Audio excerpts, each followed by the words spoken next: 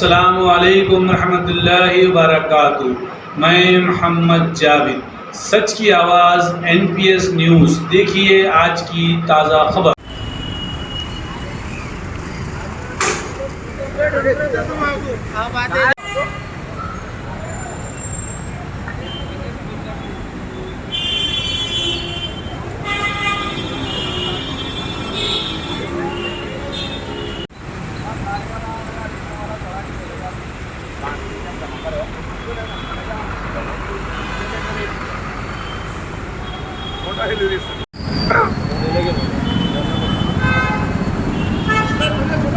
ये साहब ये क्या गलती है, कई के वास्ते हुआ होगा ये एक्सीडेंट? ये साहब गलती इस चीज़ की है, यहाँ पर जो ब्रिज का काम चल रहा है साहब के मदरसे के सामने, ये रोड दो जगह डिवाइड होने से ये इधर से रास्ता रखने से पब्लिक इधर से आना जाना चालू हो गई।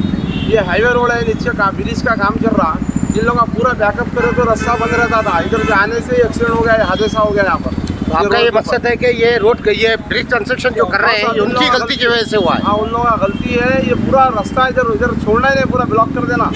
इसमें क्या हो रहा है, रास्ता आने जाने को रखने से पब्लिक रोड क्रॉस कर रही है। लारी वाला है, लारी से वासो हादसा है। अभी है, चलेगा लारी वाला चलेगा, मारने का चलेगा, लारी वाला तो चलेगा।